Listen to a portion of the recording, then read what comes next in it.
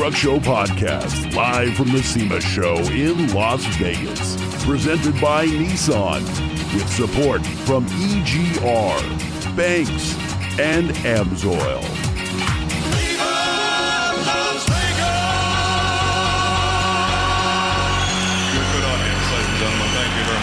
We are back from SEMA, but it's not like we're out of material. Oh, No. The cup runneth over, as they say. We have a lot of stuff. My voice is still messed up from SEMA. It sounds like it. Yeah. Wait, what time out? That's the cigar talking right there. No, the cigars help keep the bad stuff away.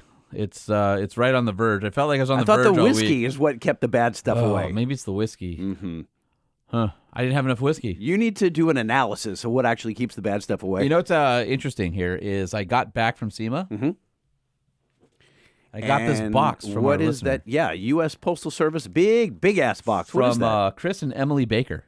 So he hit me up and said, "Hey, can I send you a Here's some skizzers for you. Can I send you a gift for the Podshed?" Mm-hmm. And I said, "Sure."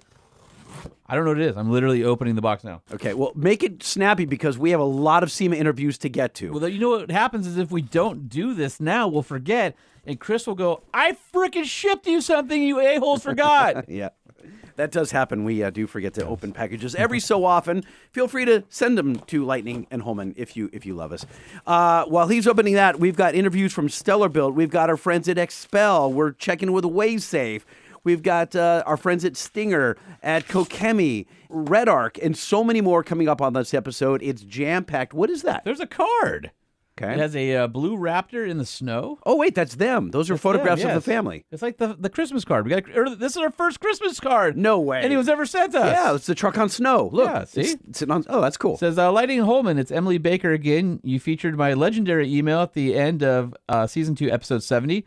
And my husband, Chris, and I wanted to send a few gifts as a thank you for everything you do for the community. So pull up a stool and share our excitement. We're huge fans of the podcast. We've been listening to you both for years. Chris got me hooked after a few episodes, and now we love catching up with the truck show together. By the time, who knew that we were good for marriages? I had no clue. We're not even good for our own marriages. I would have thought that we would have broken marriages up, not kept definitely them tidy. By the time you get this, we'll be driving the Raptor from Chicago to Wichita to visit family. 3D printing is one of our hobbies, and we hope this custom-printed light box will make a great addition to the Podshed. Chris took your logo and design and printed everything, mounted the parameters, and wired the LEDs to give it a professional look. He thinks it could have turned out a bit better, but he's very happy with it. I included some of my dark chocolate chunk cookies. Oh, good thing we didn't wait. What? I would have been so bummed if we forgot to open this. Rip that open. No, you Come need to on. hold on. That's because I love cookies. Come on now. She says, I hope you get away from the box. Sit down. There are a few boxes for each of you. One to keep in the Podshed and another to take home or stash in your truck so you don't have to share. Dude, You're literally drooling right now. I'm involuntarily drooling right now. Pavlov's dog. Hey, Pavlov, why don't you sit over there? Stay. Here's some pictures of me, Chris, and his daughter doing truck things. Take care, and we hope you guys have a great start to your holiday season. Emily and Chris Baker. That is awesome. Wow. All right, so I'm opening up the box here. Check out the card, too. All handwritten card, by the way. cool. That's not like a cheesy card. That's super cool. Look at that. Yeah. Let me see that. That's awesome. Dude. 3D printed light box. Check it out. Can I plug it in? All right. Dude, this is hilarious. Wait, hold on. We got to get pictures before we turn to this. Uh-huh. She literally labeled the boxes with our faces. What? Yeah. All right. That way, yeah, you have take your photos. boxes, I'm Take taking photos. All right. You guys are too cool. That is so That's rad. awesome. We do We not don't deserve deserve that. you. No, we don't. we are undeserving, Emily and Chris. Thank you very, very much. Man. Oh, wait, All right. hold on. There's more. Okay, come on. We have to get to the there's- episode. This thing's going to be 6 hours That's long if we're that's not the cord. careful. Here's the cord to the light box. Yep. Oh, perfect. All right, so we need There that. we go. And I'm going to give you one of your boxes of cookies, and if you do a good Please show, do. I'll give you the other one.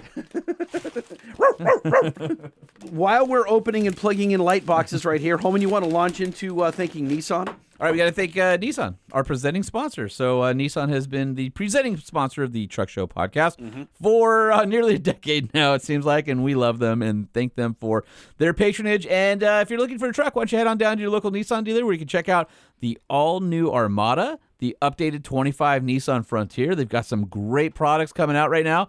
I'll be going to Nashville to drive the Armada next month, and I'm getting an Armada, and I'm getting a Frontier in December to drive around in. Oh, look at that. Yeah, look at that's that cool. pod shed All right, hold on. We gotta lights. take a picture of that. Hold on. Oh, that is Lightning the hole. coolest thing ever. I just lit it up. Hold on. This is awful podcasting right now. Sorry, we don't Taking deserve a this. picture, and that's great. All right, perfect. All right, so head on down to your local Nissan dealership because unlike me, you aren't going to have Nissan dropping things off in your driveway to drive for a week or two. That's true. And we got to thank Banks Power. What is that over there? Are those your cookies? Oh God. Okay. Dude, All right. Let me finish this. wrapped. Let me get through this. Lightning's a chocolate chip cookie connoisseur. You have no You're idea. gonna freaking love these. Let Look me at that. Oh, look how big that piece of chocolate is. All right. And we got to thank Banks Power. Look at that They have, chocolate chunk in there. I know, but they also have sprinkles of sugar, like little sugar crystals. Oh, really? So good. Oh, my God. Okay. We got to thank Banks Power. So if you guys are driving a diesel, maybe it's a Ram, maybe it's Cummins powered, maybe it's the GM with the Duramax, you've got a MAP sensor, your manifold absolute pressure sensor, and it hangs in the wind there in that sooty EGR exhaust gas that's being recirculated. And what happens is over time, that gets caked in soot, and your fuel economy and your power go down. You want to move it out of that sooty exhaust stream with a Banks MAP sensor relocation kit. We got them for 2011 to 2023 Ford F-250 and 350s. We got them for all the Duramaxes and all of the Rams 2007 to current. So go over to bankspower.com and just go search for MAP sensor relocation kit. It'll pop right up, and they're only $70. By the way, how about that dinner we had with AMSOIL at SEMA with Scott Birdsall? Mm-hmm. So Scott Birdsall's a foodie. He is a big-time foodie. We went to a restaurant in Vegas where there was like a lot of shareable small plates. It's called Beauty in Essex, and it's the hidden restaurant in the Cosmo. Well, it's in the Cosmo. Yeah, sorry, and it's the hidden restaurant that is in their trinket, like an antique store. Antique store, yeah. So anyway, Scott ordered like 5 of everything on the menu. And then there were people at dinner who ordered like more stuff. Dude, we had so much food. It was unbelievable. Someone ordered 2 T-bone steaks. No. Those weren't T-bones. Mm-hmm. Those were freaking tomahawks. Oh, we'll start it with a T. And we had 2 on the table. They were ginormous. And there's pictures of me eating the bones off of both of them. Yeah. Oh, man. I wish I could have just put all that meat in my pocket. That's what she said. Well, all right. So if you're looking for synthetic lubricants, Wait, hold on a second. that seems like a really odd wait, segue. You brought up Scott Birdsall. So Scott literally went crazy with all of the. Okay, hold on. You guys will. There at was some a point spoon of soup that had a little tiny grilled cheese sandwich on it. I'm telling you, Delicious. this food is freaking awesome. This is 2 years in a row we've been to dinner with AMSOIL at that restaurant. If you go to the Cosmo in Vegas, Go there. it's called Beauty and Essex, Go there. and it's in a pawn shop. And when you walk in, you're like, this can't be right. And you go to the left, it's very small, and there's a door. Open the door, and all of a sudden you're in a gorgeous restaurant, and the food is freaking crazy. I'm telling you, it is so good. Don't get a full meal. Get all the appetizers. Yeah, all the apps. You're going to freak. And you're going to be full. Dude, listen. Holman and I are spoiled. Listen. Hold on a second. No. We've been You treated. hold on a second. We've been treated Yes. to dinners all over the place. No, this is a great one. This is All right, good. Let me. I gotta get back to the AMSOIL read. So check go. this out. Watch this. The only catalog that has more variety than Beauty and Essex shareable apps my God. is AMSOIL. So if you're looking for oils and lubricants and greases, head to AMSOIL.com. They make the best synthetic oils out there. AMSOIL, the first in synthetics. And of course, we have to thank EGR. They had us out to the booth for. They had drinks, and it was a big gang of people watching did a our show. Which was the last long episode you guys heard about us being in the booth. That was a great show. We had a crowd. It was fun. Chris came by. Loved doing that. He's one of the owner's sons, but he's always great. Anyway, I wanted to remind you that there's never been a better time to buy a retractable bed cover, which is called the Roll Track, at EGRUSA.com.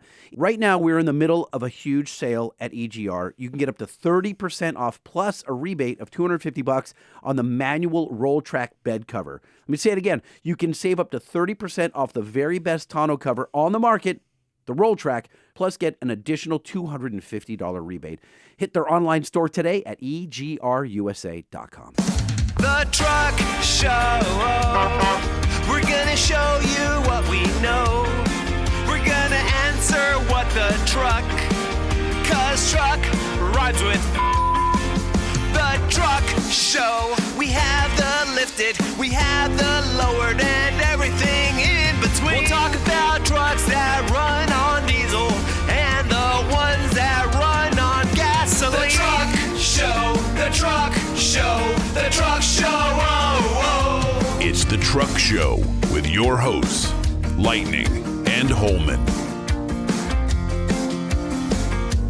What's up? Long time no speak. Yeah, I know. It's my boys from Stellar Built. How you guys doing? Hey, good, man. Fantastic. So you are in the Toyota Tread Pass with what? Wait a minute. Why is the hood of this Toyota truck leaning forward like a Pagani? Full tons of front clip here.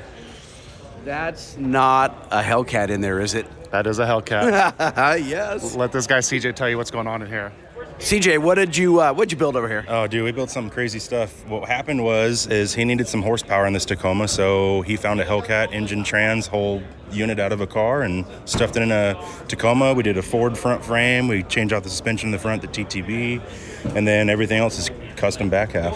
What year Tacoma did this start as? It was a 16. I mean, it still is, but It still is partially, technically, yeah. right.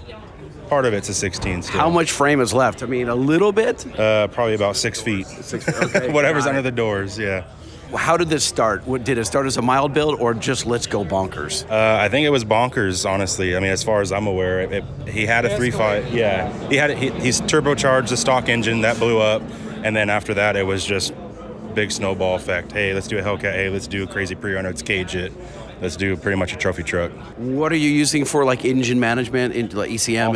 All factory Mopar. Whatever came out of a Hellcat Charger is stuffed into this truck. It was a complete crate engine, so it came with everything, transmission, all the drive, everything was connected. So, Oh, really? Yeah, so it's running off of that. I mean, it's probably requires some sort of tune eventually for this application. You know, it's particularly when it comes to transmission and all that. But you know, it runs and drives for now. So it still it makes all the power, but I'm sure you can squeeze some more out of it. Is it two-wheel or four-wheel drive? It's four-wheel drive. Four-wheel. Okay, Yeah. got it. So the big takeaway from this truck is the fact that it has a TTB, twin traction beam conversion. That's what kind of set the pace for fitting this big V8 in there. Because you know, with TTB, you can put all your shock towers connections wherever you want. Versus having the factory IFS, you're limited by where the A arms are, and you're just limited by space. So all the room you need with a twin traction beam. So. Tell me about the time to build this. How long did you guys twist wrenches? I mean, gosh, if we just if it was like nonstop, it'd probably be about a year. But it took breaks, waiting for parts, and making decisions. This is actually like a third version of this truck. It's been at SEMA before. We've built it just like a traditional long travel setup, but came back, put a new motor, didn't like the motor, put another motor in, and then we went to the whole TTB route, and just kind of like, well, in that case we have to reinforce the front end. Well, let's get into the cab. Well, let's do the whole back half, and it just kind of went from there. So inside, yeah, fully caged, I see. Yeah, beautiful work inside. Fully caged, custom dash. I mean, it's a complete tube rear end. So, I mean, it's got all the goods. Huge 60-gallon tank. So. LED whip so you can take it to Glamis or whatever. Yeah, it's ready to party. So, a lot of stuff from Solid Motorsports. I mean, this thing is set up. So. Look at this long travel. Okay, what do you think the owner has into this? Now, I guess it's kind of morphed over time, right? I mean, it's hard to say. Like, I think you kind of stop counting after $100,000. So, yeah. I mean, there's a lot of. It's like a labor of love, Like you want the best of the best. If you're already, it's like once you're in kind of deal. If you're in this deep, you might as well do this. And if you do this, you might as well do that. So. Now, there's one of your long-time customers. Yeah. Stuart is the owner. He's like I said, we've built this truck before, and we did it again, and this is like a third version. So yes, we've been working this truck for over 5 or 6 years in different states of its build. So is it like a weight off your shoulders to finally have it out so the public can see it? I mean, it's good to see it finally done. I mean, of course, like we work on it, and sometimes it would sit for a couple of months because whether for parts or this or that, or we just like would work another project because we gotta keep the shop busy. So, but yeah, no, for sure, super excited to have it here, sitting on the ground. So we're going to be testing this thing and really kind of fine-tuning suspension and all that afterwards. So. And all of the weld work, I'm going to take some photos of it. There, Sean. Look at this. He rolls up mid-interview. How's it going? My buddies from Stellar Built here. Built this thing that's got a Hellcat under the hood. Awesome. Yeah, we worked with you on Quinn's 74 Weld Tacoma. Color. Yeah, right on. I don't recall seeing another Tacoma with a Hellcat under the hood. Well, it's probably more go than regular Tacoma, I would imagine. Well, for sure, it's what's left of the Tacoma. Let's say that. So, yeah. So exactly what is left of the Tacoma? The body on white, the door handles and mirrors? So the center section here. So this is the original Tacoma cab. Original frame is in the center. The back half is the old tube. The front half is actually grafted from a Bronco. That's what allowed it to run the twin traction beam suspension. Got it. Yeah. That's wonky. in a good way. so it's A TTB Hellcat powered. It's a Tacoma with a Dodge motor with a Ford front end. So, yeah. I can Well get behind this for 100%. I'm down.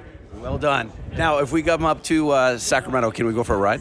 Yeah, absolutely. Well, as owners, if we have to ask Stewart, but I'm sure we can. Yeah, if you guys can be in the area, I'm sure we can make something happen. Awesome. Well, even if this isn't there, they always have something cool at Stellar Built. No, they do. So we'll figure it out. A lot of eye candy in there. We'll grease some wheels. Yeah, All right, yeah, I gotta right. go do another interview. So you Here in the tread pass? No, I'm going to Mopar. Oh, God. Oh, I'm going to follow you over there. See you. Bye. All right, bye. Nice to see you, Sean. Thank you. Yeah. See you too.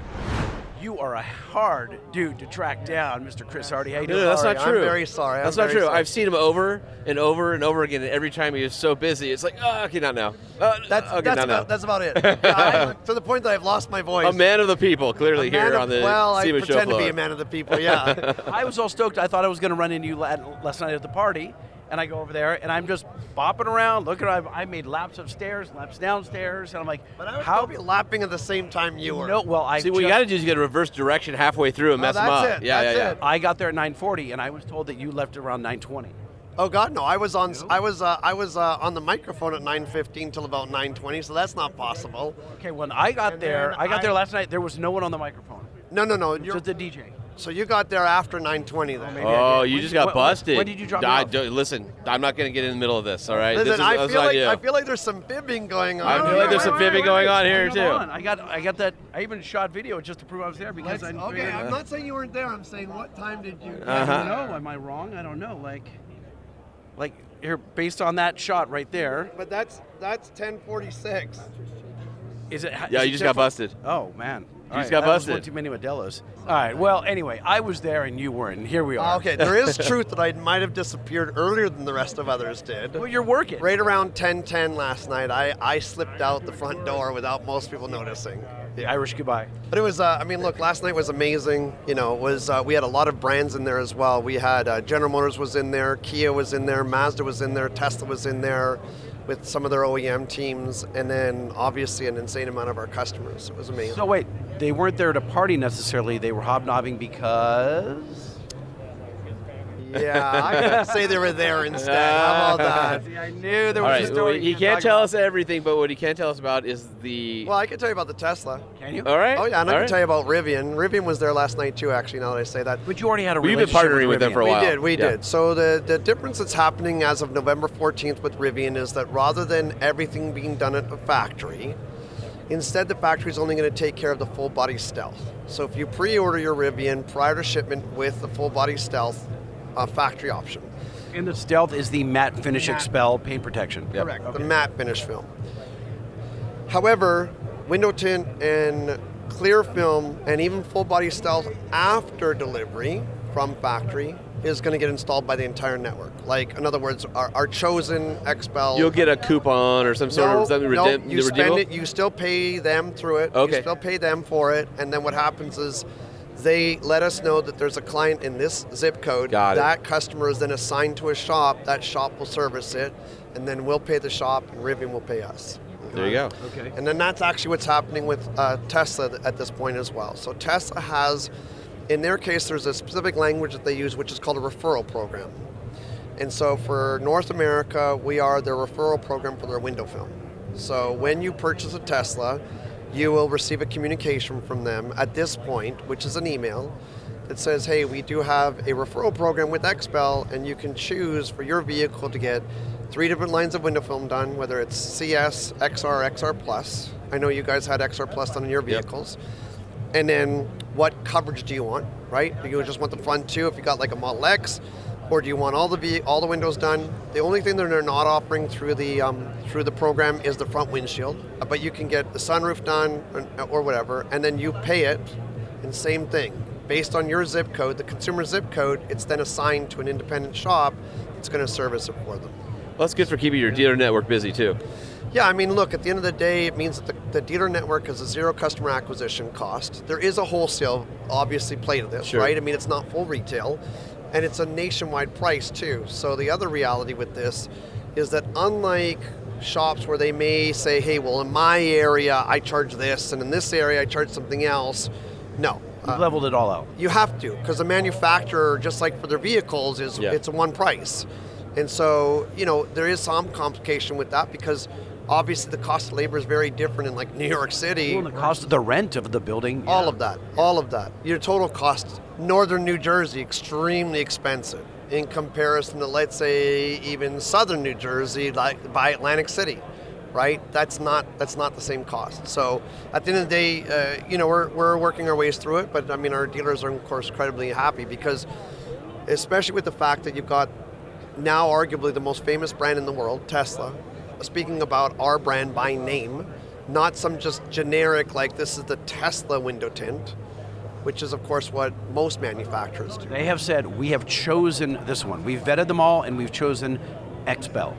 Yeah, so again, we have to be super careful with language for Tesla. Tesla only has one partnership that I'm aware of where they declare it as a partnership. Oh, I see. Panasonic, which is who makes the batteries. I don't know if there's a collaboration at all, a joint venture. I have no clue. But what I do know is that that's the only one that I'm aware of as a partnership. So yes, in this case, they vetted our films and said, yes, we're quite content with them. And if you get the installation done through the program, the cool part is it does not affect your window warranty. This is kind of interesting for a lot of people because well, wait a second, what do you mean by that? Well, if you do something to the glass that is not factory, and then the factory decides that it's because of what you've done to the glass. Like if it cracks on a super hot day, super cold day, whatever. Right. May not have anything to do with the film. In fact, the film may help it. Right. But they're going to deny warranty because they could. Because it's an unknown for them. Yeah. Correct. It has not been tested, it has not been proven. They don't know for a fact that it was not something that interfered with it. In this case, as long as you get the film done through their program, then the warranty is still intact if something should happen to the glass. Correct. That must have been a monumental effort to get that done. It was a monumental effort, but the reality is that we have an OEM team headed up by Dwayne Gautreau and Anthony Pekaski, two individuals I don't think you guys have met yet. But without them, it would never have come to fruition. And, I'm beyond proud and beyond excited, as is our entire customer base. I mean, every single shop, regardless of brand, was almost immediately reaching out when the rumors started spreading, hey, how do I get on the Tesla program? We're like, well, you can only get on the Tesla program, A, if you're Xpel, and B, you've got to be exclusively Xpel. Oh. Yes, because again, they don't want to mix media. Yes, and look, think about it from a brand, right? I mean, if you're Tesla and you're saying, hey, we've got a referral program for Xpel, and you go in and you spend, let's say, $1,000 on an XR Plus window film, which again, some people are like, $1,000 for a window tint? Yes, XR Plus is that kind of price point, just like 3M's Crystalline is, or some of the other really high-end films. But now the consumer goes to a shop. Maybe the shop does carry Xpel, but also carries an inexpensive off-make brand. And they may want to take the margin and bump it up. No-name brand. Yep. Beat and sweet you. Yes, definitely could happen. Install's done. Customer drives off, happy. 3 months later, the tint's turning purple, peeling off the back glass, bubbling. What's going to happen? They're going to slam Tesla for partnering with Xpel on a crappy program. Yeah. And yet it actually may not be ours at all. Right. So as a result, the requirement is the shop must be 100% exclusive on everything. Makes sense. Cannot be using another brand of paint protection film, cannot be using another brand of ceramic coating, another brand of care chemicals. It's a very, very strict program, but so is the Rivian and the others that are forthcoming. There are definitely many more coming. Congratulations in advance. Thank you. That's super cool. They're not as cool as your shoes. They're cool. Nothing's as cool as my shoes. He's wearing the Louis. He's got Louis Vuitton kicks right here. They're like they're like a blue suede. But they're like dunks. Yes. But dude, they Our lightning is now touching Chris's it's shoe. getting a little weird, but I don't mind. I got on. I'm comfortable. Okay, so a couple things before we get to the windshield, because that's a really big deal to probably everywhere, but to me especially, and to Sean who goes off-roading and all that stuff. Can we talk about your acquisition of PFS down in Orange County? Yes, of course we can. Okay, I didn't know if that was public or not. It's public. Yes, that acquisition came along, I feel like about 6 months ago or so, maybe just a little bit longer. And there was a number of reasons for it. One, of course, for the brand itself. So for those of you that don't know, in my area in Southern California, Protective Film Solutions, PFS as the insiders call it, is the shop to go to if you can afford it. So all the Paganis, Lamborghinis, Bugattis, they go to them. And then, of course, other guys, all of your Mercedes and whatever. And yes, they'll do your Nissan, whatever. They'll do anything. But they are the guys that... It's where all the celebrities in Newport Beach and it's athletes all that. are going to have their stuff But it's not done. just the fact that it's cool to go there. They're the guys that make the paint protection film disappear. You can never find a seam. It's just... It's a very high quality installation. Very high end, yes. Yeah, I mean, look, you guys and I talked about this on the original show. Even amongst our own Xpel shops, which are very well vetted, there is a high level of variance between what install in one shop looks like, as a matter of fact, not only versus another shop, but even in the same shop. PFS would tell you that it's labor intensive. It is. It's an art. Yeah, it is an art. It's an art. I watched it. Yes. I mean, literally, I sat there and watched it and documented it and talked to the installers, or 3 different installers on my Jeep working on different things. I talked about the fluids and the chemicals and the film and how they did things and preparation. Well, I mean, even the you guys are known for having the templates, right? But even the templates aren't something you just put on a vehicle. The template is a starting point, right? And all the installers know where they need to modify the template and where they need to stretch it and where they need to move it, and it's fascinating. Yeah. So again, really good shops do spend an absorbent amount of time taking the world's best patterns, which are ours, and then modifying them to even do more than what the pattern and the film is really intended to do, because they've got that kind of level of experience to be able to get away with it. Protective Film Solutions, or PFS as you constantly refer to it as, so did I, was one of those shops. And so even within PFS though, you had installers that were like world class, and then you had installers that weren't quite that level. Now, I'm not saying that they didn't always deliver a world-class install, but what would end up happening is somebody at that higher level would come back and inspect the installation and go, okay, this panel can be way better. Either they're redoing it, making it to that level, or they would do it themselves. You know, you have another shop actually down in San Diego that's also almost as famous, which is One of One. Evan at One of One and Austin at One of One. Their shop is also extremely well known for a lot of those. But the thing that put PFS in particular, I think, on the map was Jay Leno. You know, Jay Leno and his Jay Leno's Garage was doing an episode, had a vehicle, said, "Hey, is there any chance you want to want to film the vehicle for me?" And then they went up there and they actually did a full body install for Jay, and Jay did a full excerpt for him on his show. And then that wasn't the only time; it's happened multiple times. Is it correct that will be like a flagship store for Xpel? Sort of. So that's a great question. So like the idea is, what do we do with it, right? And it is what we would consider more of like a boutique shop. So there's lots of variance in terms of the business plan when it comes to paint protection film. I would imagine it'll be a boon for social media. It is a boon for social media for sure. But to take it one step further, you have shops that want to do a lot more of like the wholesale operation, the turn and burn. I'm not saying poor quality, I'm just saying delivering what the price point delivers, right? You've got customers who don't want to spend $10,000, $12,000, $15,000 for a full body install, but they'll spend $7,000 or $6,000. That is deliverable. It is. Maybe not for a real big vehicle, but for an average sized car it is. But in turn, where are you going to shave? You've got to take back somewhere else. You're not going to dismantle the car and have 4,000 hours of man hours just in, re the vehicle. But going back to that, yeah, you have shops that are 100% interested in that kind of workmanship. And so that's a lot of our customer base right now, which is doing a lot more of the daily drivers. And then as you get a lot more into these hypercars and super luxury cars and exotics, you need more of that boutique. So now that Xpel owns that brand name, we can go ahead and license it or utilize it how we see fit within any market within the world and use that brand name. Keep in mind that in Canada, we have a brand name called Protex. This is a franchise company that we purchased back in, I think, 16 or 17 from Matt Moreau, and that's another brand that we own. So are you saying like you could essentially have like a PFS certified install shop, so it would be a sub-brand or a certification level to really be the best of your Xpel installers? It's something they could strive for to be considered in that top 2%, 5% of all installers. We could definitely do that. That's not something that I think we've recently explored. We've been more exploring the idea of licensing the name. So you've got shops that want to be considered, like you're saying, the top of the top of the top. Well, they know that PFS was considered the top of the top of the top, especially through social media. right, from J and all these other things. And so, okay, if you want that name that bad, what's it worth? And so perhaps we turn around and we license it rather than franchise it. Maybe we license that name. So you're changing your shop name. So basically a DBA as PFS Austin or PFS New England or whatever. Right, and we haven't started that, Yeah. but that's something that we're going to look into, and we'll make a determination. Because again, like, you know, if I was going to say, hey, we can have an Xpel store in every corner like a Starbucks, but there wasn't any distinction between them, then you probably couldn't get away with it. There's not enough work to go around.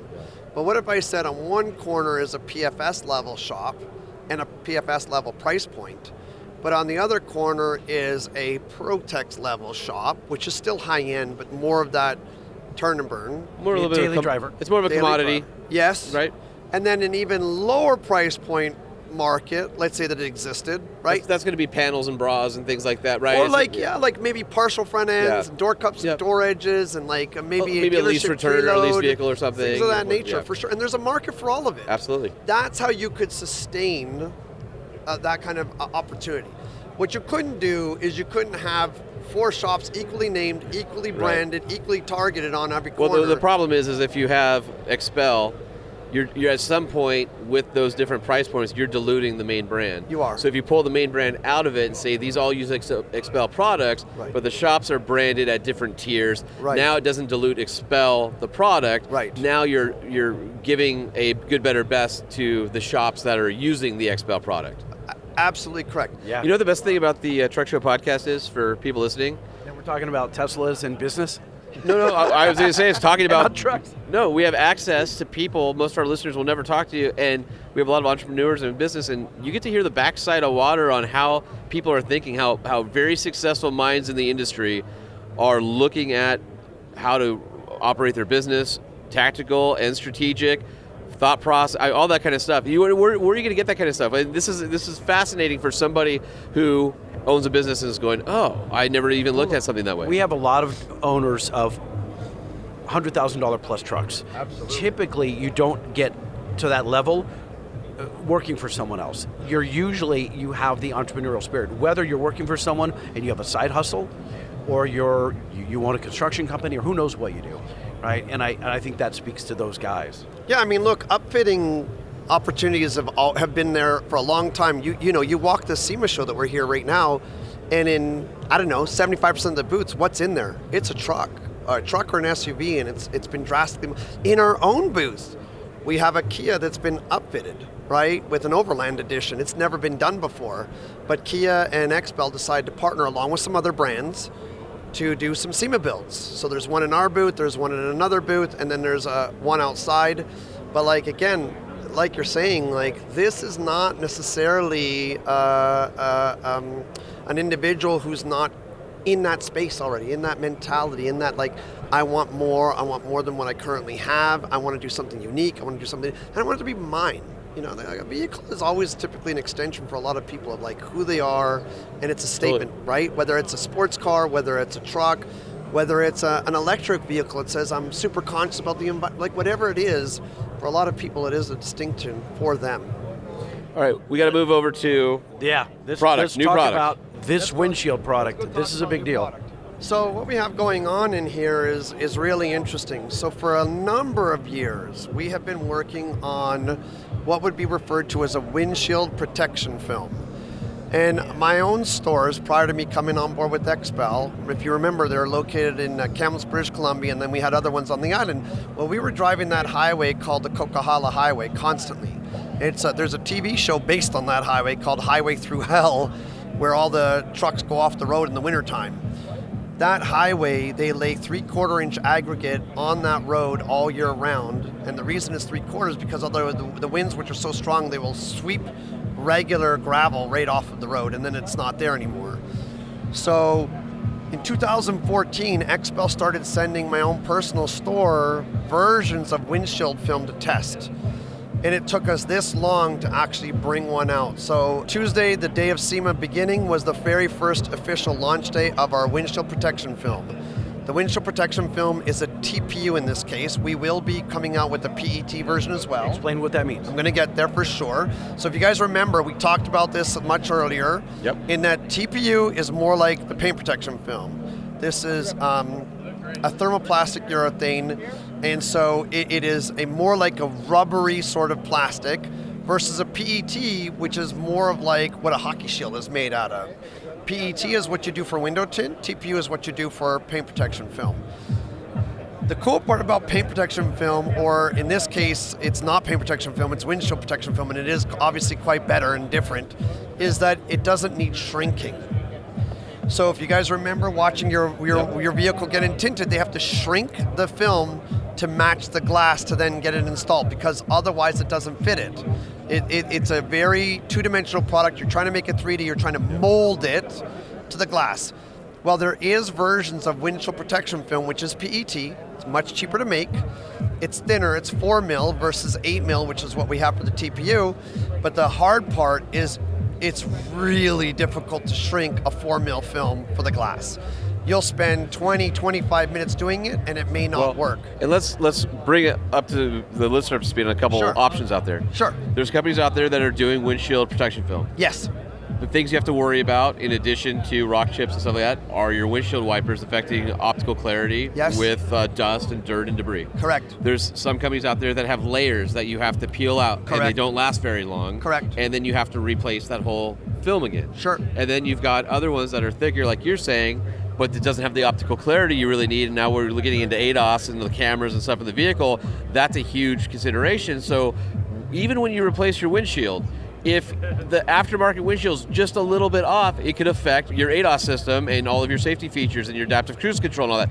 So when we talk about technology, it's not just a film, a sticker that gets applied. Correct. There's literal, real technology that goes into it because it's affecting a lot of downstream things that most people haven't thought about. Yeah, and I love the ones that you touched on, especially the aftermarkets. Like, one of the things that always drove me craziest the most when I was a used car manager and I was buying vehicles is that I would always look right above the windshield for that little tiny bit of bubbling happening.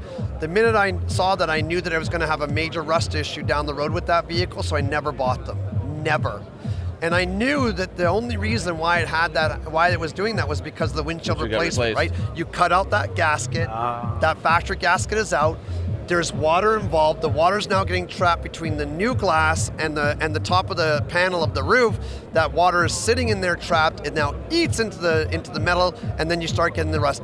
I never, as a used car manager, would buy a vehicle if I could see even the slightest amount of that happening already.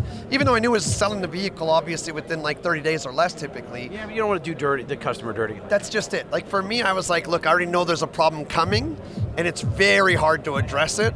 So when people say, well, but I have like a $0 deductible, I get a windshield for, like some provinces like British Columbia, you can get a new windshield once a year for free. There is no hit to your insurance.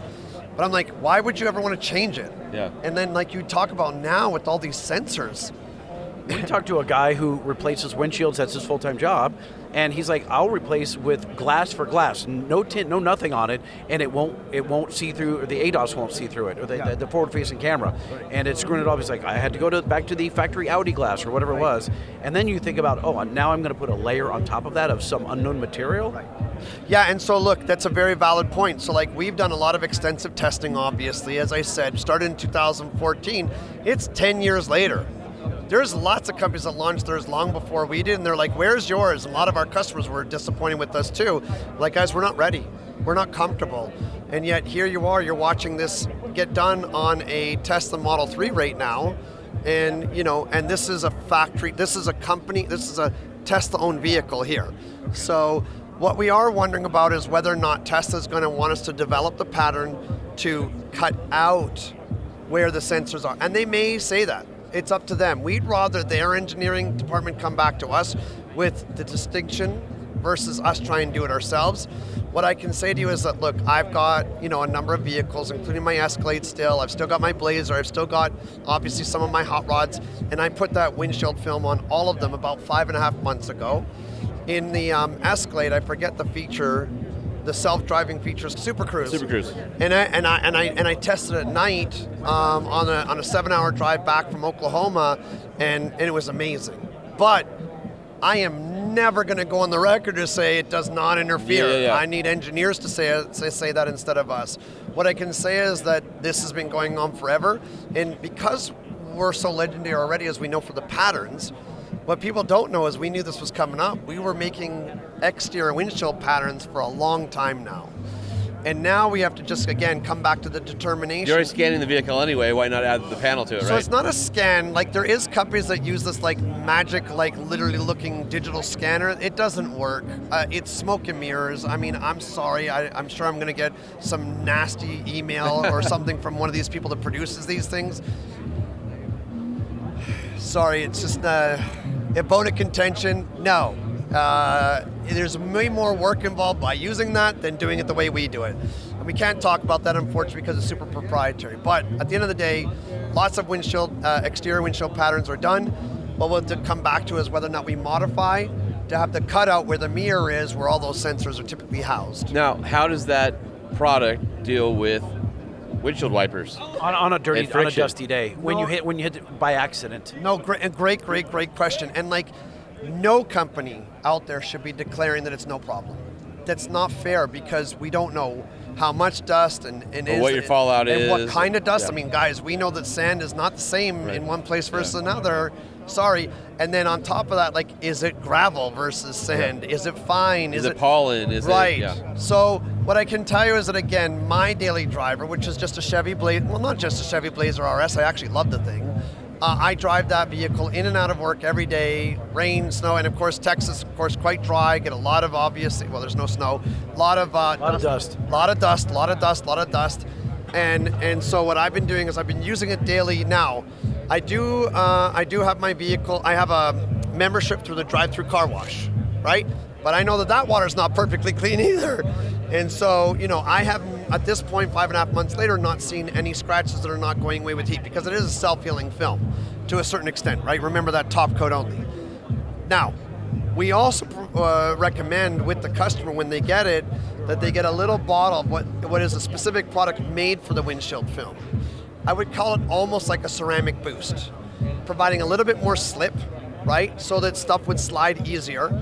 The other thing is, of course, not applicable on electric, but on gas-powered vehicles, the smartest thing you do, regardless of what brand you're using, every time you fill up the car, as dirty as they are, grab the brush with the cleaning heads at the gas station, clean your windshield, squeegee it, spray the little slip, and most importantly, take your microfiber that we've given you and clean your wiper blade. Oh, gotcha. Right? And then you're going to get a lot more. Now, what I will tell you is that we provide a 1-year warranty with the film, but it doesn't cover scratches. None of the films cover scratches, but this is the one that we're content with. Okay. Yeah. It's good. So I'm getting this again for small rock chips. The scratch in the film, yeah, it's a buzzkill, but really what I care about is having to change the windshield because the gravel truck in front of me kicked up stuff, which is literally my case, and I contend that it's happening all over the country. And just a gravel project that's going on in Southern California right now, they're building all new kinds of stuff, and it's just like, you can hear tick, tick, tick, tick, tick, tick. And then like your home and your windshield driving in the sun, it looks like you're looking at the solar system. It's just all sparkly. Well, it's because I went through a 70-mile-an-hour dust storm in Utah. Oh, did you? Oh, and it peppered. So it was on the way home from Michigan after I got the Xpel done. Really? And I thought my whole Jeep's trashed. Oh, I There's remember nowhere to this go. now. And only my windshield glass was. Everything else on the Jeep was fine. The PPF saved my paint job. So look, we had the Escalade when we were living in South Carolina, and I had the Blazer when we were living in South Carolina. And when we moved from South Carolina to San Antonio, was a nice 3-day drive. Both windshields left perfect. By the time we got to San Antonio, both windshields had stone chips and cracks, and we had to replace both of them. And we didn't have our windshield protection film out yet, so that's why they weren't protected. Now they're protected. Yeah. So now I won't have to worry about it anymore. And I'm really disappointed. Like I said, my Escalade, which is not an inexpensive machine, right? It's $120,000, has now got a windshield replacement. Yes, I made sure it was a factory windshield, but it doesn't change anything. That original seal is broken. Yep. It'll never be the same. Yep. So tell us where our listeners go to have this done. Any Xpel dealer? So no, and yes. So what do I mean by that, right? Well, our dealer locator, which is something that we encouraged your customers to do or your listeners to do before, our locator is changing now so that you'll be able to see the distinction with whether or not this shop is a windshield protection film shop also. I don't know if that's up and live this week, but if it's not, it will be very shortly. And then we will identify the shops that are in fact participating. The other reality is that a lot of our customers are saying, hey, are you going to limit this to the exclusive shops? And that is something we're considering right now. It's like, well, this is a really monumental product. We know that this is going to have a really big impact in terms of revenue generation and things of that nature. And of course, at the end of the day, it's an amazing product for the consumer, but maybe we should be more mindful, right, of our true partners, which are the ones that are exclusively with us. Fair enough. We're really excited. Dude, This is cool. This is awesome. Thank you for groundbreaking. taking the time, because you have been one busy guy this week. So no, I'm really glad we sorry did. too. I apologize. But yes, SEMA for me is the show. I kind of am anticipated to run the show for SEMA for Xpel, and I take that task very seriously, which is why I lost my voice for 2 days in a row, and I'm sure it will be gone again this day. Sounds great right now. Currently, I'm not quite sounding like I'm going through puberty again at 53. Well, we're fans of yours in the brand, so thank you. Thank you. Look, now let's get the vehicles done with the windshield protection film for you guys so that you guys can do a follow-up review on it as well. Hey, sign me up. Done. Boom. Get them both done. Braxton, thanks for having us in the booth. I already started touching his treadmill. I feel bad about it. Wait, don't do that yet. Yeah, What, so touch his treadmill? We're in the Way Safe booth. Now, Yes. we walked by the last couple years ago. Now is finally the time we need to talk to you. So first off, explain what your attraction here is. You've got a little treadmill, a flat treadmill with two vehicles, a truck pulling a trailer with a little, like a Mercedes in the trailer. And this is to show people what? The importance of good tongue weight versus bad tongue weight. Yep. So with our product, we have a built-in scale that measures tongue weight. So this is a representation as you're going down the road. You experience different elements like big gusts of wind. You pass a semi, they have this thing called truck suck, where your whole thing your whole truck and trailer move right into them. Well, if you have bad tongue weight, all it takes is just a little bit of movement, and that trailer starts to sway. And we're watching it. So it's just like the video you guys have seen online, where they adjust the weight in the trailer of the model truck, and it's all over the place. And we talk about proper towing all the time. So a lot of people, they overload the trailer, number one. Big time. And then they overload it either rearward or forward. Both are bad, by the way. Even better, because one presses down to where you lose steering and you lose, lightness in the front end. Yeah. And if it's weighted the other way, you get trailer sway, just like you're saying. I mean, there's all sorts of ways that trailer towing can go bad. It's so true. And I actually had a personal experience. I was getting ready to sell a truck, and a construction truck was coming past our building, and the rear tire actually sheared off all the lug nuts, and the tire hit the back of my truck. Oh, whoa. So I wasn't able to sell it. Anyway, long story short, the reason why that happened was because they had too much weight on the rear axle of their towing vehicle, so it causes extra wear and tear. And so knowing where your tongue weight is so vitally important. We actually have a couple things here in our booth. Obviously the treadmill, but we also have a towing simulator in our booth to come check out. So yeah, I'm watching this guy sitting over there. It looks like it would be a racing video game, right? Yeah, so you can actually see it There up we here go. on our screen. Let's walk over here. This is awesome. So normally the simulators here are like a dude bombing a Raptor across the desert, or it's like GT4 or 5, whatever. They're taking Pikes Peak. a I've seen GTR at that. Yeah, Pikes okay, yeah. Peak. Uh-huh. Your simulator is a dude towing. It looks like in Arizona Yeah, in or something like Moab. that. Yeah, okay. on the way. Yeah, we're from Utah. Utah. So, Okay, yeah. So we wanted to keep it local to us. So Yeah. they're towing. You'll have two experiences. You'll have one experience with bad tongue weight, and then one with good tongue weight. The objective is just to get to the end of the road, and you have to go through all the different checkpoints. And with this one, as you can see, he's going 50 miles an hour, and he's already starting to sway. Yeah. Now, he doesn't know at this point he should just pin it and straighten it out.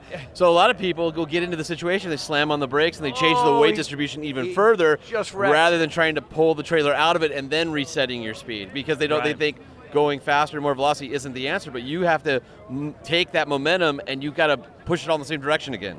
Yes, and another way to get out of trailer sway is to just tap your trailer brakes, slow down. The biggest reason is people are just going way too fast with not enough tongue weight. That's where you come in with Way Safe. So Explain. where did this idea come from? I get we're talking about, but this specific idea, your Yeah. product? How did you decide this product is going to save people's lives? So back in 2012, there were two business partners. One was an engineer, one had business knowledge, and the engineer was like, we have to figure out a way. Everyone in the industry is talking about tongue weight, the importance of tongue weight. Well, let's see if we can figure out a way to incorporate it into a trailer hitch. So 2013 was our very first SEMA. And we launched it as a new product and won new innovation of the year.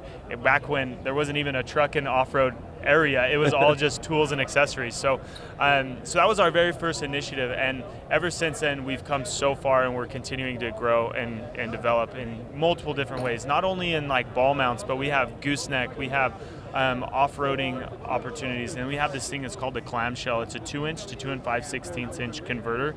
Super slick. Well, let's walk over to the wall. And, Yeah, and show us to it. let's explain the main product, which is a scale that's built inside your hitch, and I'm assuming that the scale part is underneath the ball. Yep. So underneath the tow ball, you'll have a piston. Underneath the piston is a bed of hydraulic fluid, and that's what pressurizes the gauge. And our gauge is new version. It's all glycerin filled and super robust. Now, here's the other thing, is every truck has a different payload or a different tongue weight. So you have to know what your manufacturer recommends for your trailering, and usually tongue weight's somewhere around 10%, but not always exactly that. And so you have to, as a consumer, know what the target is, but this will get you to that, because it's not one size fits all. Yes. Yeah, and so we have different sizes of trailer hitches, whether it's a 2-inch receiver, 2.5-inch receiver, 3-inch receiver. Every truck manufacturer does something a little bit different. So knowing the specs on your truck is so crucial, and making sure that your trailer also, you know how much your trailer can hold. Because if you overload your trailer, then you're having problems with bearings going out, and you're having to change tires frequently, and there's a lot of things that just go right. I wonder how many people don't have a clue about either. They just don't know the weight. They bought a truck, they just drove it off the lot. They bought a trailer. Well, at then the you have trailer people shop. who they think the trailer should be level, or the trailer should be weighted in the back. It's actually a little tiny bit front down, right? I mean, when you're towing, as long as that lines up with your tongue weight, you want to have the weight a little tiny bit more forward than you do over the rear axle, where you get that big lever arm kind of moving out. Absolutely, and you want to make it as level as possible is ideal.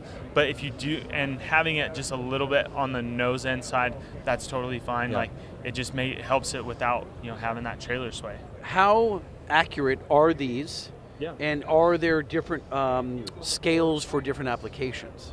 So one scale on all of our new products, one scale. So instead of having like a ratio or for every single drawbar or drop that we have, it's just one scale. And what you'll do is you'll take the gross trailer weight. So if you have a 6,000 pound trailer, 3,000 pound car, 9,000 pound gross together, and then you have your tongue weight should be anywhere from 900 pounds to 1,200 pounds worth of tongue weight. So you kind of have to do a little bit of due diligence of knowing what your weights your are. vehicle, Exactly. So. Yeah, every vehicle is going to be a little bit different, and some, especially the coil-sprung vehicles, will be a little more susceptible than a leaf-sprung vehicle. And part of that is with the leaf springs in the rear, you have more lateral stability versus a coil spring, which you can have a little bit more sway at the heavier weights. And so every truck's going to be a little bit different. One's not necessarily better than the other, because some excel in some places like ride comfort and handling. Some are better at towing a load, but might suffer in other places. So it's, to your point, crucial to know what your truck is, how it's set up, and how to understand the numbers so that you can take advantage of basically a product like this, but it's really a tool. It really is. So looking at the wall over here, you've got several different finishes, or these different, take us through from left to right, just overview, 10,000 foot view. You've got some matte black finishes here. They're all various drop hitches, so these they look like you can flip upside down, so you have two different size balls. We're known for our aluminum finish. So we're an aluminum manufacturer, as well as we do manufacture steel, but aluminum's our biggest ticket item. And then stainless steel toe balls, stainless steel even on the regular steel that's powder coated. We do make an aluminum that is black Cerakoted. So we use a Cerakote, not a powder coating on our aluminum stuff. We have a light duty steel We also have a heavy-duty steel. It's our 180 Pro. It actually just got launched earlier this year. Super awesome. Has a 2-inch receiver right in the middle of it, so you can have cargo bed or motorcycle rack on there, bike rack, just about anything. We have goosenecks. But yeah, aluminum and stainless steel is our bread and butter. Doesn't rust and looks fresh all the time. Now I'm looking at the weight distributing hitch there that also has your weight incorporated in, which is really cool. Oh man! So our weight distribution is top of the line when it comes to weight distribution. One, it has our built-in scale that measures tongue weight, has a 4-area anti-sway system, has a lead screw that is what we call the live adjustment. So I don't know if any people have ever experienced, weight distribution hitches before, but with our weight distribution hitch, it can be all set up and you adjust it on the fly. Okay. You don't have to take it off. You don't have to, swap washers or readjust. It's all done, all put together, and the very last thing, you just clamp it all together, and it works like a dream. I've used it myself personally, and it's just incredible. So where do people go if they want to find out more about how to tow safely? Weigh-safe.com, and that's WEIGH-SAFE.com. Do you sell direct, or do we need to go through a 4-wheel parts or off-road warehouse, something like that? We have dealers all over the country, as well as distributors. So 4-wheel parts, I could name all of them and go through the whole list. Can I buy one from weigh-safe.com? Absolutely. Oh, great. Yep. Cool. Thank you. Yeah. Thanks for the intel. All right, so here we are on the SEMA Show floor, and then Lightning had a fanboy moment. And he's As like, I do. Oh my gosh, Jake McKiddie. I'm like, dude, we talked to him before. We know him. No, we have to talk to him now. There's never too much Phat Pabs on our show. That's right. You can't have too much Phat Pabs. What's going on? How's your SEMA? Oh, that's pretty good. How many vehicles are here? I think we have 7. Okay, wow. Dang. Not a little bit short from last year. I think we had 8 or 9 last year, but still enough. What's the breaking point? How many vehicles break the shop? We've had 12 here before. Really? Okay. I didn't like it, but we had 12 here. Which one are you most proud of, and tell us about it? The 66 Lincoln Continental. Oh, dude, that's sick. It's a year build, which is really long for us. We usually like to knock them out a lot quicker than that, but I know that's not a truck. But we did bring out another brand new dually that hauled here. So, and we were having troubles with a little bit of the DEF system on the one last year. Was that the white one? The white one, yeah. Okay. White one with black wheels. Yeah. And it has those super sweet weights on it. Yeah, I saw that. I wasn't going to bust you on the weights on the outside. Oh, you should. Like, who, why, how did that happen? We drive them, obviously. There's rock chips in the front of that truck. So I take ride quality, ride comfort over anything, over any type of aesthetic. So Should we introduce you to our friends at Xpel? I don't know what Xpel is, but sure. Paint protection film so you don't get rock chips. Oh, no. Yeah, I'm fine with the rock chips. those are battle scars to me. That's right. So. But yeah, we drive them. So, I'll take those weights on the wheel any day. That way it's a smooth ride hauling that trailer out here with that Lincoln in it. So I don't like the wheel weights. I'm not a fan of them, never been a fan of them. But other than that, I mean, we drive them, we haul with them. They get used, and I'll take that. If that's all you can find to hate on one of our trucks, I'll take it any day. It's a gorgeous truck, and that dually, what year is it? It's a 24. It's a 24. Okay. 24.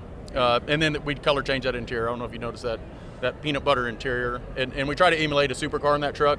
Yeah. So we did the suede headliner and the suede floors. If nobody really pays attention to the floor, but there is suede on the floors with those leather floor mats over them. But, holy mackerel. So you said you were having DEF problems coming out here? on the last truck. That's the last black truck. one from Yeah, last yeah. year we did. But this one, we corrected a few mistakes that we made on the last DEF system. I think we talked about that on the show We where did. we had to cut it and make sure Yes. that the sensor lake distance and all so that stuff. on this Yeah. truck, we ended up keeping everything in the stock location. Yeah. We didn't modify a damn thing other than, within a few inches of Yeah, where yeah. it goes. You're on. talking about the DPF.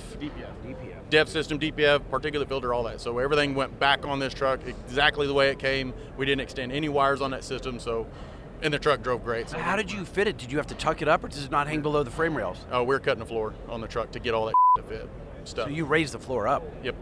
Oh my God. And in certain sections, we raised it up to keep all that stuff underneath it. Yeah. Cutting the wiper cowl. We almost lost windshield wipers to keep that catalytic converter underneath the wiper cowl. yeah. So it's a lot of work, but super proud of the guys of making that happen and being able to drive that truck 1,100 And miles now you out got the here. recipe for a couple years on them. That's right. Well, as of October 17th, you can no longer order a two-wheel drive Chevrolet pickup.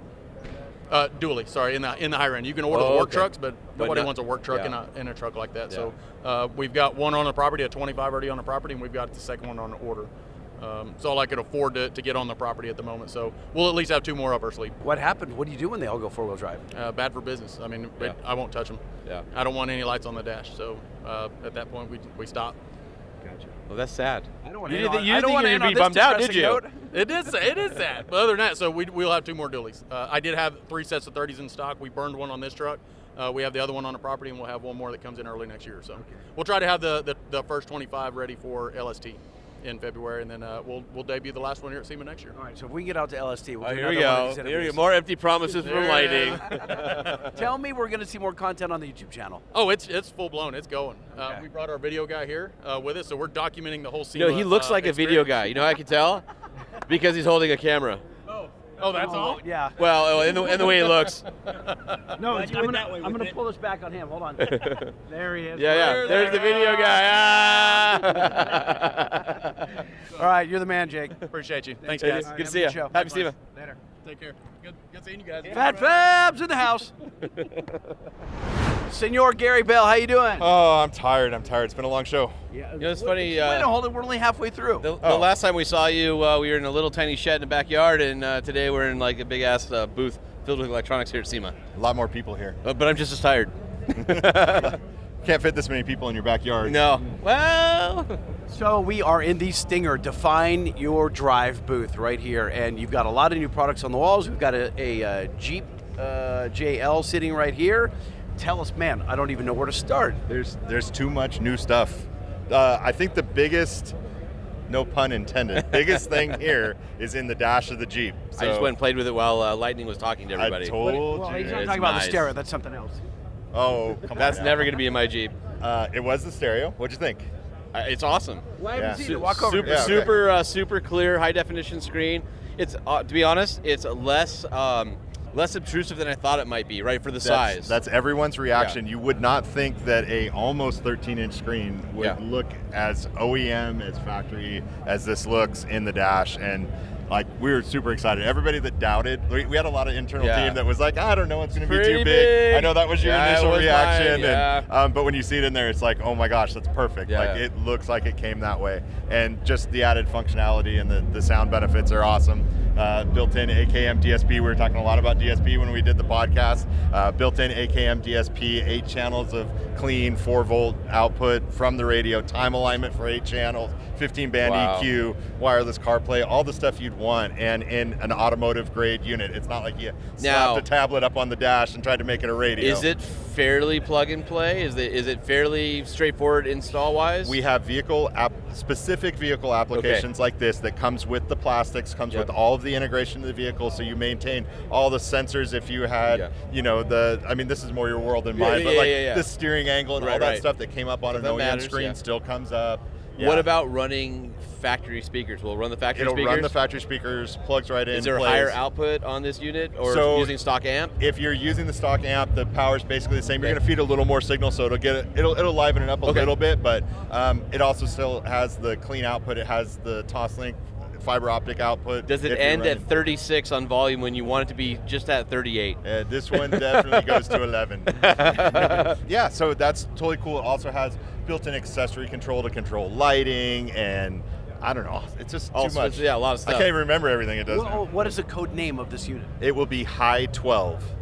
Horizon We have 12. too many models now. Yeah, I know. So Horizon 10 was the radio we just launched. This will launch. It'll be available Q1, so early January. Does this supplement the 10, or does it replace the 10? Well, no, it'll supplement. Okay, it's so it's you- an addition. You have options. Got Again, it. this is going to cost more. It's Yeah. It's obviously a really high quality, big screen, but the functionality is very similar. This one, there's no volume knob on the unit itself, but it does utilize the factory volume control. Still works. Plus the touchscreen ability.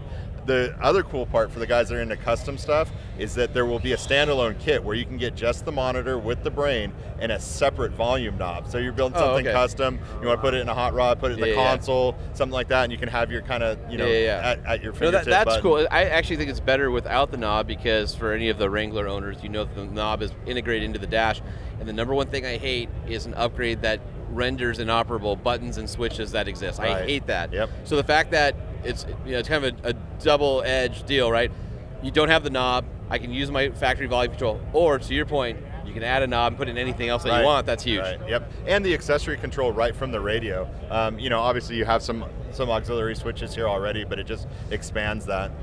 Fantastic. Okay, so again, this is coming out in Q1. Yeah, it'll be January. We're shooting for the end of the year, but you know how that goes. Okay. We'll be a couple weeks late, so it'll be January.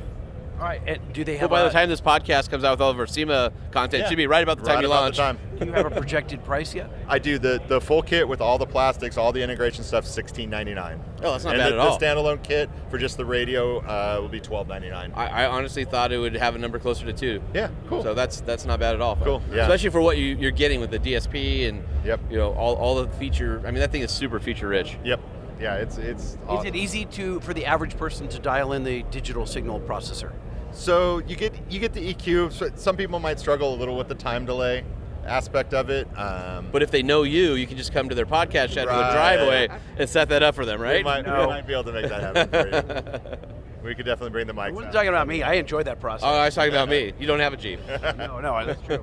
Yeah. I'll come over. I'll do it. I'm pretty good at that, actually. Cool. Except for what else is new? Wait, hold on. He says he's good at it, yet he's like, my TRX battery only lasts about 9 days before my thing. Totally different. And I'm like, issue. what kind of draw have you introduced into that thing? That's my CB radio or my GMRS or something like that. Yep. It's not my stereo. Sure. Yeah. So other new stuff we're showing in our pack line. We were talking about those AMP Pro interfaces that grab clean digital signal between a factory radio and a factory amplifier. We finally have it coming out again in about January for newer GM.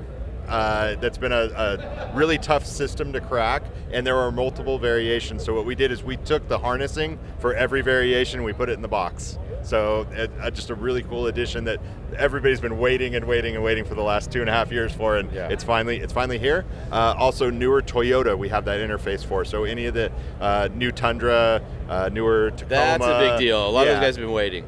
Yeah, and a lot of the commuter cars too. We forget that a lot of guys upgrade audio in commuter cars because they spend a lot of time in them.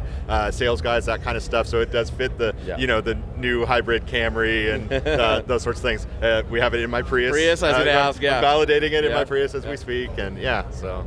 Isn't it funny that manufacturers here's a cheap car, but they think you don't want to have the one thing you want is good sound. Right. I want AC and a decent radio. That's what I want in my commuter. Yeah, that's the other side too. Is that you would think they would spend more on the sound deadening and the sound treatment, just the noise, harmonics, vibration guys. You think they would do a better job in those cars that people are, commuting, hundreds of miles a weekend. And hey, that's why the aftermarket exists. That's why we're job here. Security. Roadkill. You're glad that they cut costs. Right, yeah. Well, it definitely gives people a nice lower entry point to get into a car, and then you can always upgrade and add to it. So I think that's why we like to tinker.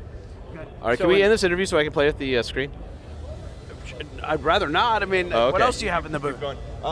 So Raceport Lighting has a bunch of new product. We're also tying that in. So the Enlighten app that runs on the radio is full control for RGB lighting. So you can change the lighting colors. A lot of these modules have triggers for, we were just talking about, you could integrate it so you got a golf cart and you got lights all over it, and you could put the turn signal on if you take it out, and you can make the whole left side flash when the turn signal comes on. You're talking to a guy with a golf cart. I was just going to say. Yeah, you can do that. We can do it on the Jeeps, the wheel lights, that kind of stuff. Gary Bell looks kind of like Santa Claus to both of us right now, doesn't he? Yep. He's got the beard. He's got the beard, yeah. I should have worn red. What else do we have? Some really cool stuff that I might have to grab somebody to explain to you, but. Yeah, see the GM towing stuff over there? Can we hang on for a second? Or do you want to do audio control first? Yeah, we'll do audio control first. Let's walk around behind. So we just spent a whole bunch of time talking about the new altitude amplifiers. Again, we were showing them. You were one of the first ones to see them live and in person, but they're here at the show on display, along with the Epic amplifiers that are they're the bass pounders made to go with Epicenter. They have this cool link cable that the Epicenter powers right from the amplifier. Usually when guys add a sound processor, they're just stripping those wires back and jamming them into the power input of the amplifier. It's not clean, it's not cool. This new wiring setup makes it super clean, super easy, mates them together. That's the audio control stuff. I mean, that was a huge year for us to come out with 2 full lines of amplifiers, 2 new lines of amplifiers. And go back to that episode if you missed it, because we talk about it in depth. Okay, that's audio control. All right, Holman, I found Tony, who's going to tell us about this in Telehall 3.0, which It seems to be all the buzz around here. So here's what's cool is on the GM trucks, they have the capability for adding multiple cameras where you can add them in front of your trailer, behind the trailer, and stitch all that together. But then you have to find all the cameras aftermarket. I'm assuming you guys have a way of tapping into that system and making more visibility for the driver? Yeah, so back in 2015, General Motors reached out to us and said, hey, we want you guys to build us a product. Okay. What that entailed was they provided the CAD for the mirrors, and we did the interfacing, and we put our cameras on the mirrors and tapped into the CAN bus system, brought it all to life with a graphical user interface on the screen, and it made it a seamless, once installed system. Was the customer had no idea it was aftermarket. Yeah. So not only does it add turn signal mirror style cameras, it has a user interface where you can do split screen, multi-screen, you can force your front camera with logic, and then you also have a wireless camera that goes on the back of the trailer that you can you can utilize at any time. So that's awesome, because when they originally had said, hey, we've got the ability for all these camera views, but the truck didn't come with all those. And so to have you guys be able to tap into that and make all those camera views, especially for the guys who are out towing and fleet, getting the cameras behind the trailer. And I know, there's some struggles with a few of the manufacturers because some of the original ones were wireless, but if you got a long trailer, it didn't really work really well. And I feel like in the last 3 or 4 years, the camera technology for the OE interface have gotten a lot better. So our initial wireless technology was that it was a little bit lackluster at speed.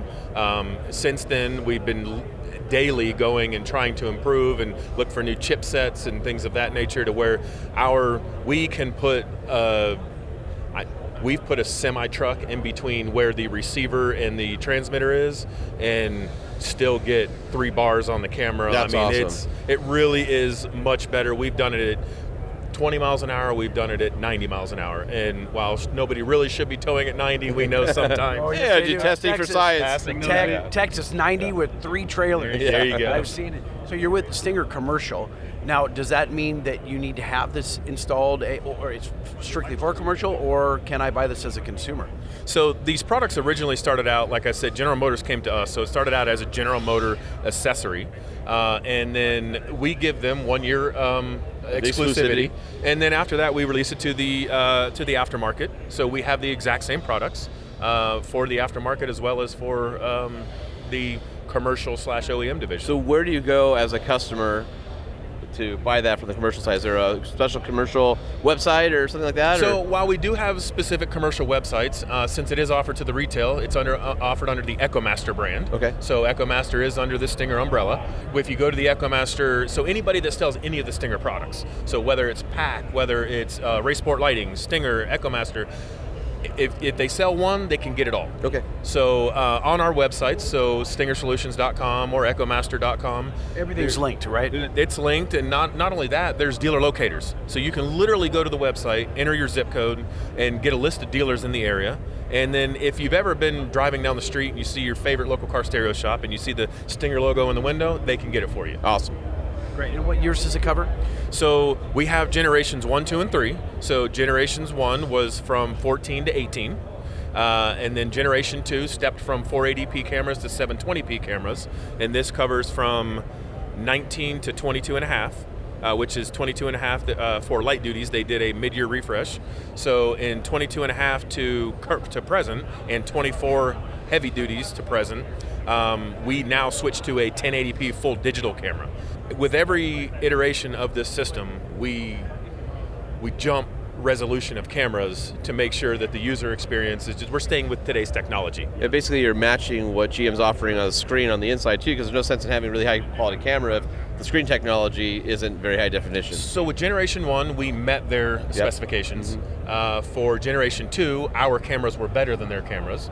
And with Generation 3, because they utilize wide range cameras for their 360 style cameras, once you crop that and then blow it back up on the screen, the resolution lacks a little bit. So with us, we are still, when you pop our camera on versus the factory, a lot of times everybody's like, wow, that is so much clearer. If you are driving with your front camera on, you can see the grain in the road from the asphalt. While you're moving. While you're moving. It's insane how crystal clear it is. It's 60 frames per second, so there's no botching, there's no refresh. Everything is, it's so smooth. Awesome. Wow, congratulations. Thank you. Awesome. Good work. Thanks for hanging out with us. Yeah, absolutely. And rolling into the Koch-Chemie booth with our buddy Casey once again. Welcome to the show again. Welcome. So excited. Now we're in your backyard. There we go. Here we are. We got a few new items we're debuting today. So at the show, we've had a great turnout. This gorgeous GT3 RS in the booth. Been a lot of great vibes, positive feedback on current products. Moving forward, we have some new items that we're showing. Wait, hold on. He just glazes past a GT. No, hold on. Which one of these products removes the spooge coming out of Lightning for that Porsche GT3? Do you have anything like that? A little bit of everything, but we won't get into that topic right now. The interior stains. What's the inside care? I don't have right there. First of all, with our color lock right here, branding, we have our collab since we procured color lock last year. Now, first co-branded item here will be our textile treatment. So this right here will give you a sealant for softer textiles in the interior, water resistant to where you can have a longer durability for when Lightning is around certain vehicles. What about blood stains? Well, I wasn't even thinking about blood, but so all these items are starting. They're going to be flowing and coming out here, let's say, in the next few months. But we do have a textile sealant in the pipeline. Moving through the line, we do also in our shampoos. We're going to be coming out with ceramic effect shampoo. So this will be helping out with stacking on top of protecting layers, meaning whether it's a ceramic coated vehicle, PPF, any of those, this is our longest durability out of one bottle. So it's designed to be able to be a topper, more of your sacrificial barrier that we talked about in the past, but to give you a little added protection upon the vehicle that can be done in quarterly maintenance, let's say, type style. This also will be best applied old school bucket wash. This will work great, so you don't need to have a foam cannon, pressure washer, etc. This is something you can apply old school. Hold on a second. Don't talk them out of. I just spent an entire episode trying to tell people to get a foam cannon. They're cheap, even if they get a crappy foam cannon. By the way, it still I got a changes foam the game. cannon. I got the Amazon one that came highly recommended. Yeah. And you gave me that little vial of gold. Super foam, yeah. And I put that in there. Yeah, that stuff was that was awesome. Happy. Oh yeah. Yeah. Well, the reason why I just mentioned that is because this doesn't have the foaming agents to it. In a lot of cases, I mean, it can be applied with a foam cannon, but it doesn't have that shaving cream look. So the satisfaction of seeing something come out of a cannon, I don't want it to be misleading. But you can apply it in any realm. Got it. Going over to our upcoming Hydroplast Care. What this is a water-based protectant, so it has a lot of versatility. You can dilute it for different areas of the car. I can use it full strength, let's say on tires. Right. I can dilute it down 1 to 5 type of scenario to where I can do plastic trim or even further for door panels. So any plastic area you have, you can use this on there. What about plastic that's starting to fade or UV? Is that still a good product? It'll be a shorter term. Our actual PSS, a different product, is designed to give more restoration and almost looks like it's ceramic coated when it cures. Got it. But this is a great interim for if a technician or even a person at home runs out of something like that. This is so versatile, it can cover all the different touch points. Going into ceramic coatings, we've had ceramic coating out for a while. We're debuting 2 different models. One would be ceramic body, true 9H coating, 3-year plus style warranty, meaning it's great for 3 years. Using it in combination of the acronym CES for ceramic effect shampoo will make it last even longer. So that's why they accompany each other at the show. Ceramic rims. Main thing we have different between the two of these is the formulations are specific for those parts of the car because of the temperature range on the wheels. And also, I'm sure, contamination. Yes. To where this is giving a durable layer on the outside to where it will work with, let's say, our magic wheel cleaner to pull the contaminants off. But this also comes with some unique applicators, which we have on the shelf over there that are almost like, they look like mini paint brushes, but they have suede on them. The nice thing about that, going back to the reference vehicle behind us, the GT3 RS has these magnesium wheels. Our indexing for wheels is red, so these red wheels complement our products, but also the machining and all the hollow points, it's easier to apply ceramic coating instead of being SpongeBob with crinkled up hands trying to coat a wheel. Well, and wasting a lot of product as well, right? Trying to get it in there. Yep. And both these are 30 mil bottles, so they'll last more than one car in normal applications. It all depends on the size of the vehicle and how much glass there is, etc. But they're both there to give you additional protection from the elements, bird droppings, all the things that are acidic that are out there. And, we're getting phenomenal feedback. Accessories, we have new pump sprayers that are also color indexed per chemical because each chemical attacks O-rings and different internals differently. So red will be able to handle acid for the wheels, yellow's our shampoo, and green will be alkaline, so it flows directly with the family of products. So those are geared more towards the professional. I don't think your average Joe would have those in his garage, or would they? Well, honestly, as of lately, because, I would say average Joes are turning into prosumers, and prosumers are really stepping up their arsenal. And for, a pump sprayer will boost your efficiency, and they're only $39. I mean, it's not really breaking the bank, but like if I'm doing a set of wheels, you guys talk trucks. Oh, yeah. So big truck wheels, I get 35, 37s, and 40s, and I'm using alkaline wheel cleaner. I'd rather have it a pump sprayer than using a trigger and wearing And I'll tell you, out. it takes a long time, and you start getting the cramp in your hand. Yeah, and you're Just do it. switching hands. Yeah. So this one right here, you're just pumping it up around 20 times. You can lay up the whole sidewall. Sign me up. Yeah, and it'll give you that both the ease of use, but also then a larger coverage. So you're pressurizing it with a couple of pumps and then just Then you hold the trigger down, and it's going to lay it up onto the tire for you, as an example. Yep.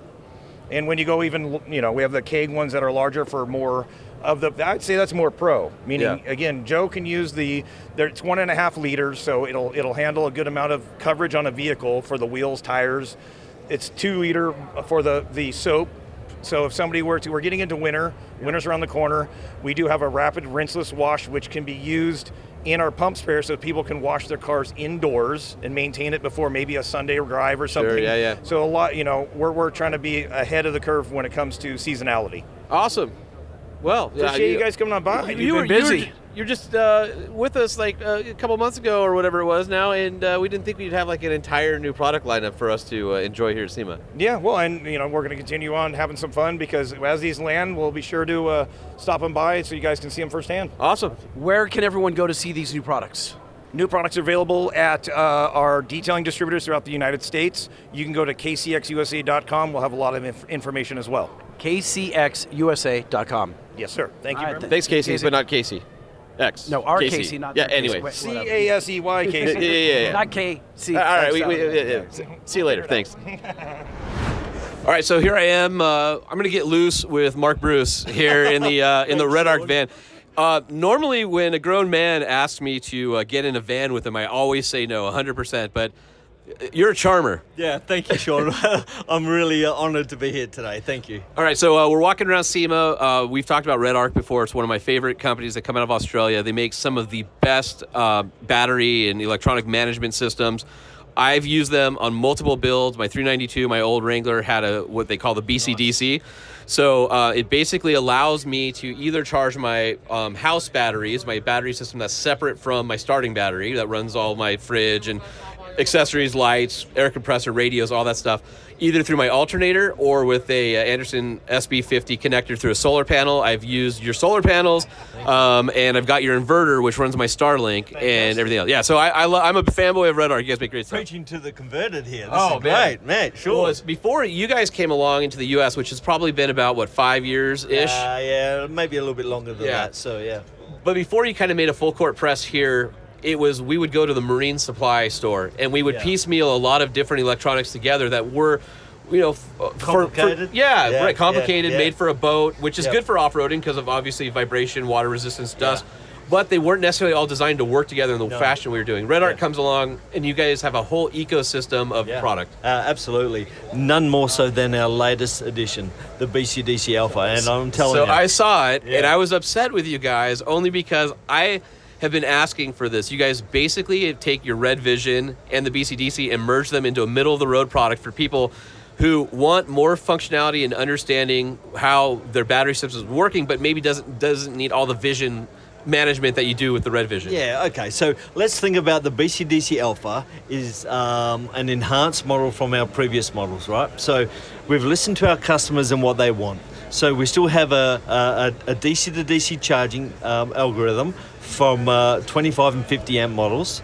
We still have a maximum power point tracking solar regulator, but now we've done a few extra things. We now include bolt-down terminal connections rather than the fly lead. So that's awesome because you guys have forced me, because I've installed so many of these. I went and got all the electronic tools, from the soldering iron to the strippers to the crimpers to put it all together. And this is like, so easy. So neat, right? So we've listened to the customers. We have we supply a temperature probe with the kit. We have the same number of charging algorithms, but we've added a couple.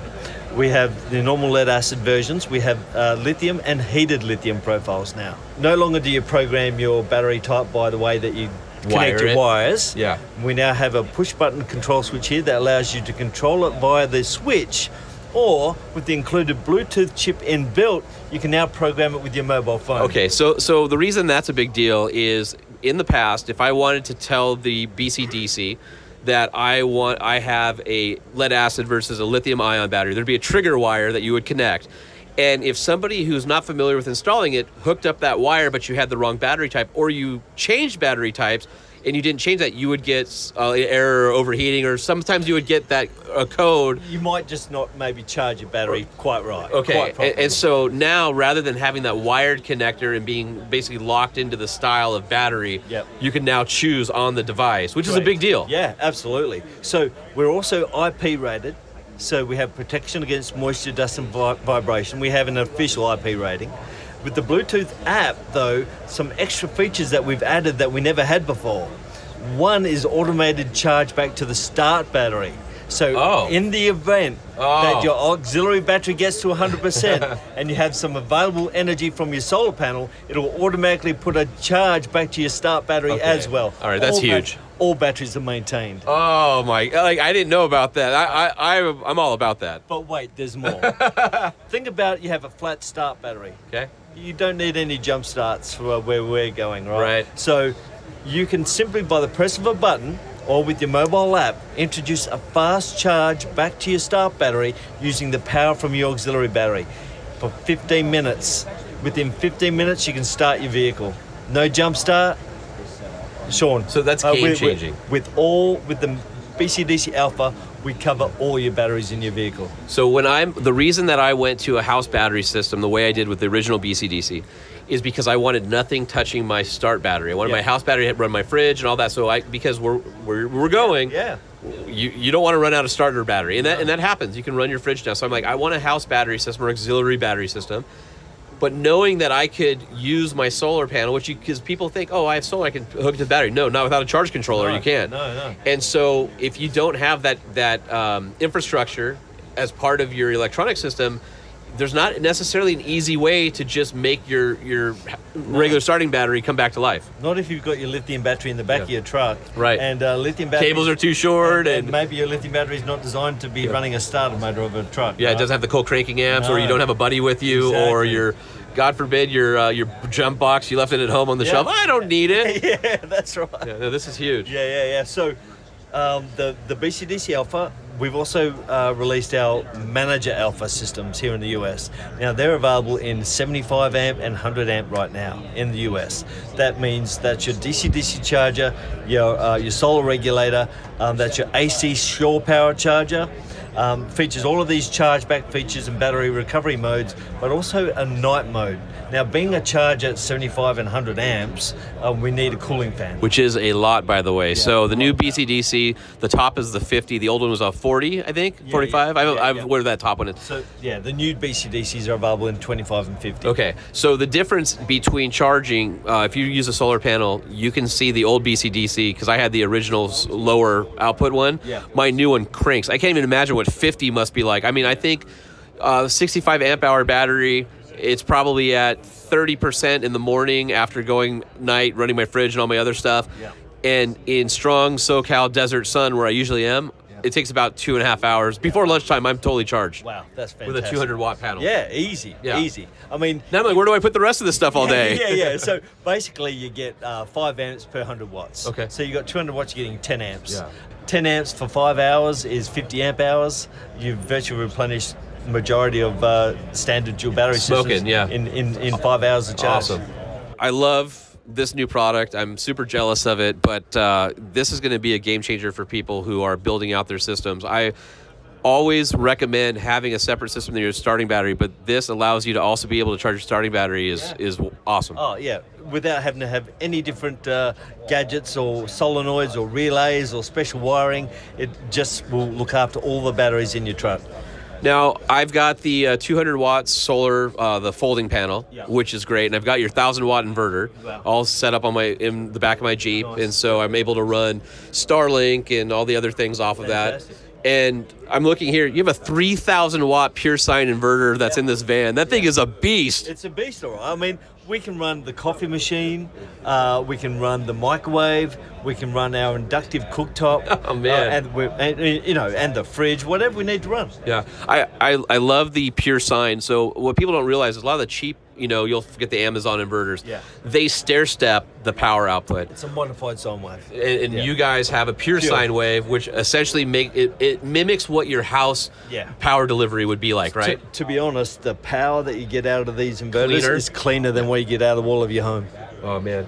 Walk me through what are some, you've got this van here. We're sitting at SEMA, and you've got a Mercedes Sprinter, and we're sitting in the back, and you've got a bench lifted up with plexiglass so you can see inside of these batteries.